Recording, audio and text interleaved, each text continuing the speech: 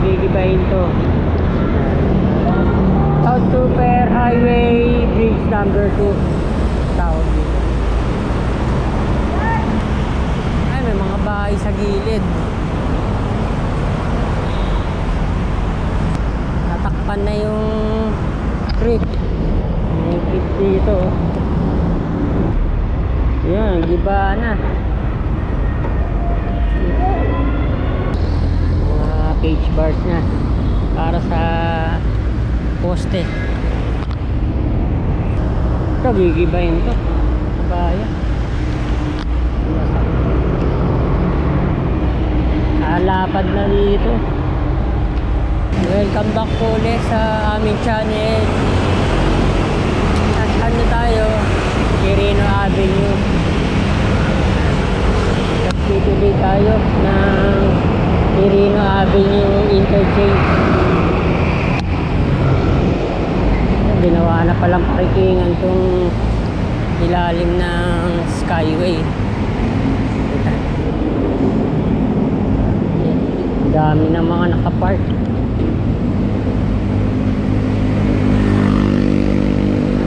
Wala pa rin nag-uumpisa. Ganito pa rin halos. Yan. Wala pa rin. Hindi pa rin nagsisimula ang redevelopment dito sa Plaza Azul. Yun ang palaging tanong kung kailan sisimulan.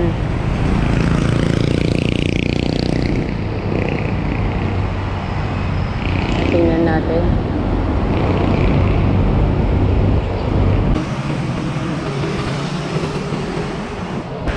Ayan, medyo ano na dito, nalinis na. Wala na yung mga basura.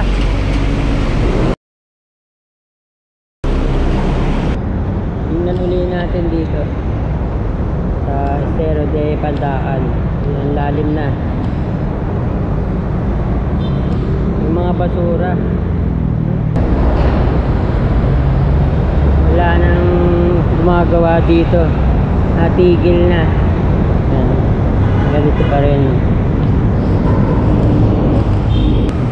Parang natigil yung mga ano ngayon mga redevelopment ng mga estero dito sa Estero de Pandacan at Estero de Paco. Ganito pa rin.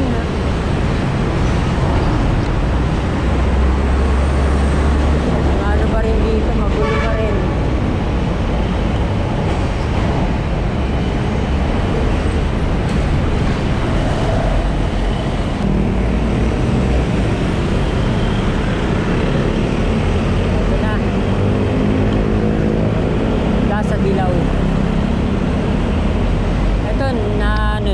Nalinis na. Baka wala na mga tumatambay na mga street dwellers dito, mga nagtatambayan.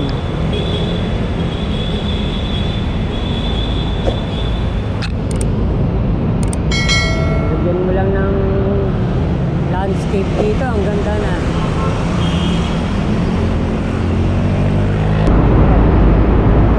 Lalalim ng mga ano dito, takip na drainage, mga parting wasak-wasak. Pedrohin. Ano kaya kapag naging mayor na uli si Isko Moreno sa Maynila, lalong gaganda ang Maynila. Ito, laki dito pero wasak-wasak. Ito yung nangyari. Lumitaw na yung mga river.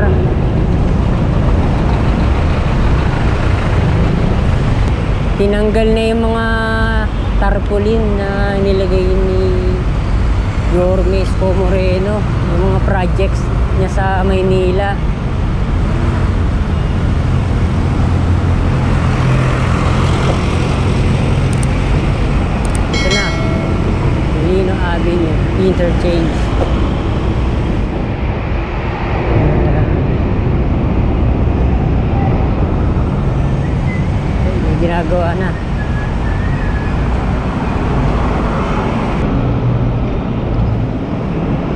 halos lahat meron ng mga motor ngayon.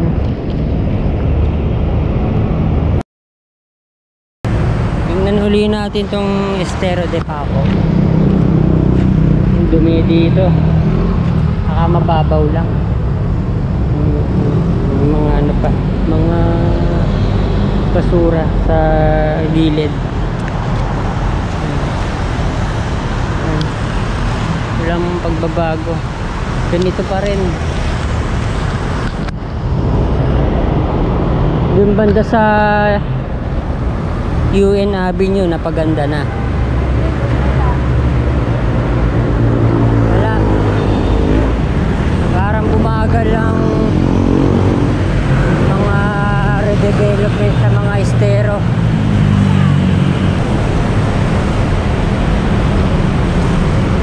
Ito yung mga walang traffic lights.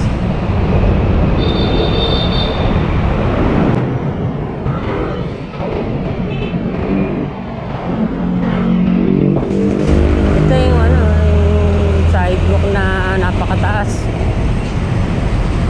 Grabe yung taas nito. Parang mga ano eh, 1 foot.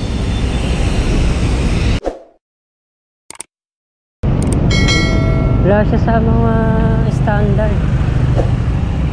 Yung mga sidewalk napakatataas.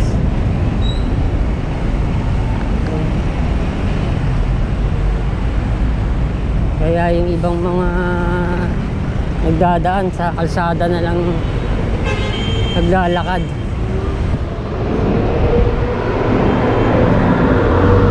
Tingnan natin road widening dito.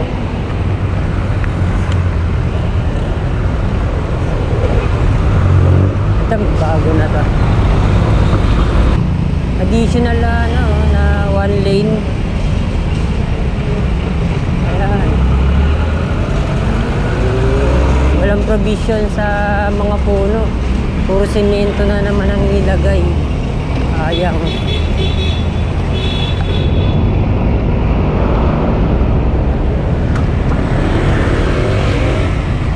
Dito wala pa. Wala pang ano dito, road widening. Pangit pa naman dito, sidewalk. Wasak-wasak.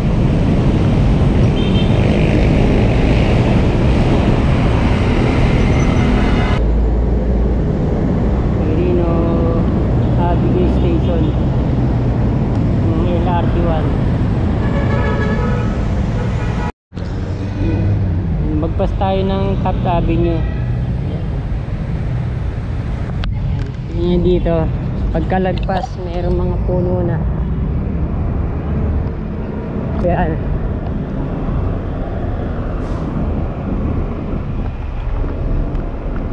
Hindi nga lang na rin, na wash out na rin yung mga asfalto. Dami na naman mga ganito, mga sakit na drainage.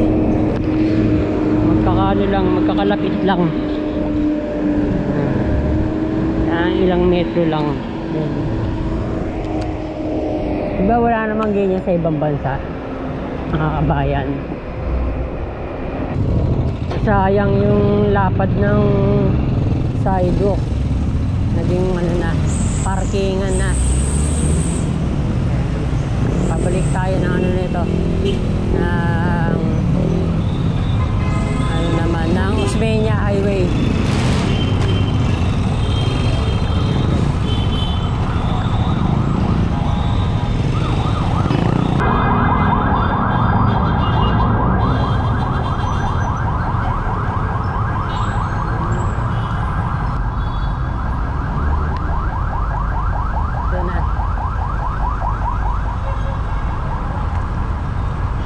Dito pinutol yung mga puno,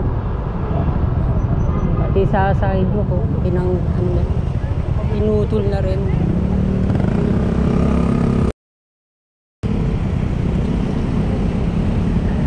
Ito na yung bagong ano, bagong kalsada, dagdag na kalsada.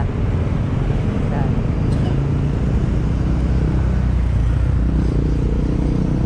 medyo malalim pa to mga to.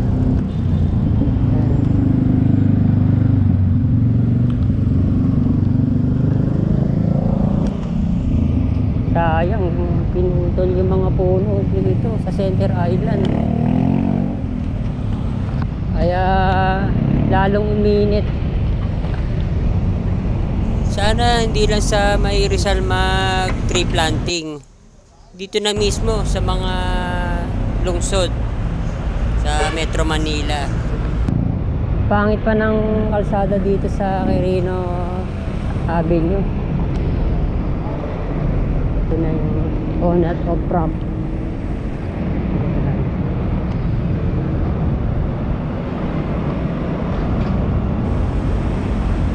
Iniinis yung mga ano dito, mga poste.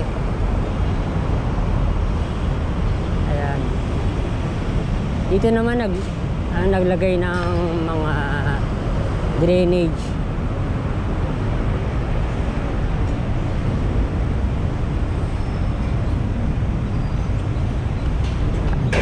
Ito na yung pump papuntang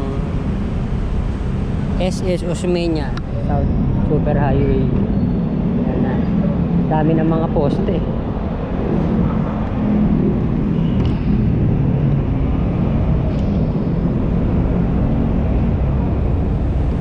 Ayan.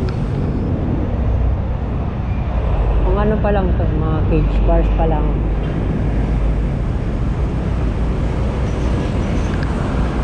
Ayan, meron na. Dami na dito.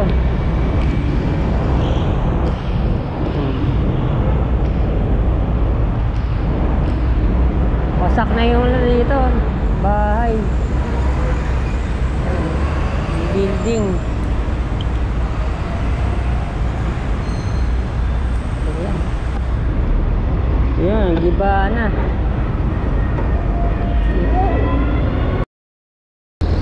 Mga cage bars na para sa poste.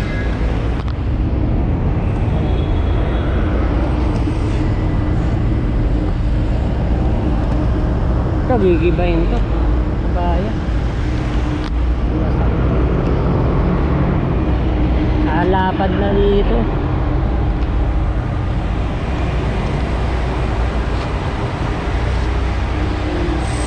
Tatlo na mga cage bars.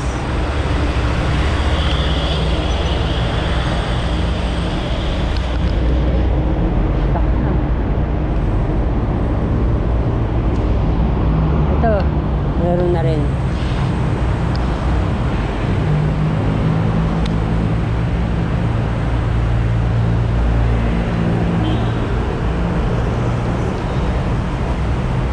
May creek dito.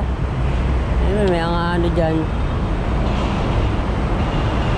Sigurado mayroong mga ano dyan, street dwellers, mga barong-barong. Sabihin lalaparan to. Gigibayin to. So, railings. Ayan, meron na rin dito. Dalawa. Yun. Dalawa ang nilagay dito sa lugar.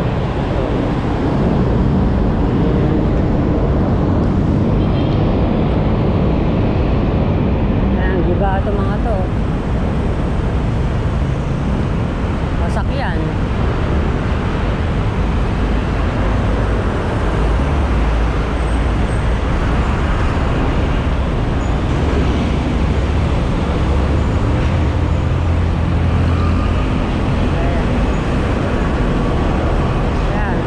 Dami mga bata.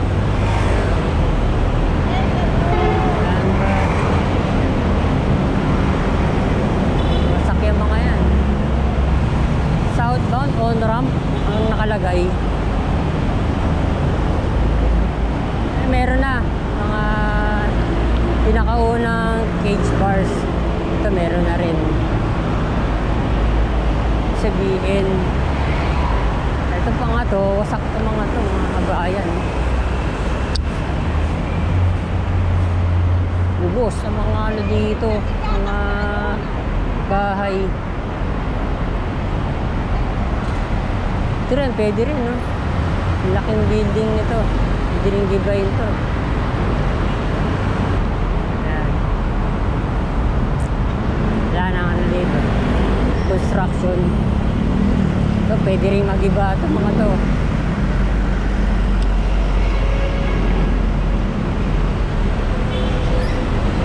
Ayan. Makakasama ito mga to. Hanggang doon sa San Andres.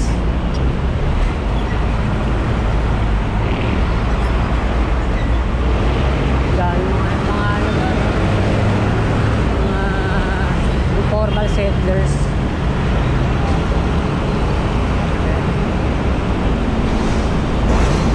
Ito rin siguro gigibahin to. South Super Highway Bridge number 2.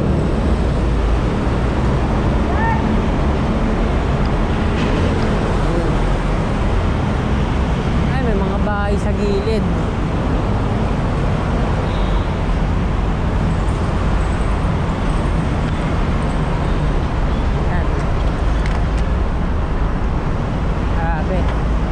Natakpan na yung creek. May creek dito.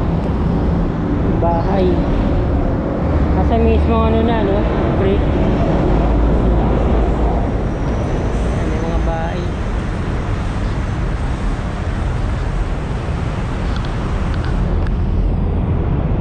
Pwede mawasak to. Ibahin na yan. Siguro yan. Yun, aso.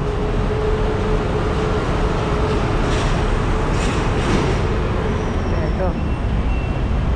Hanggang dito sa San Andres Street. Iba pa rin siguro.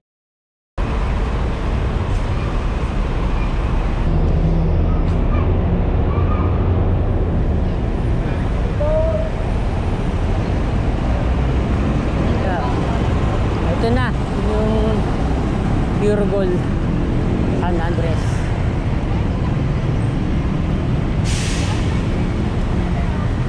Gulo pa, no? Ang dumi, mga kabayan.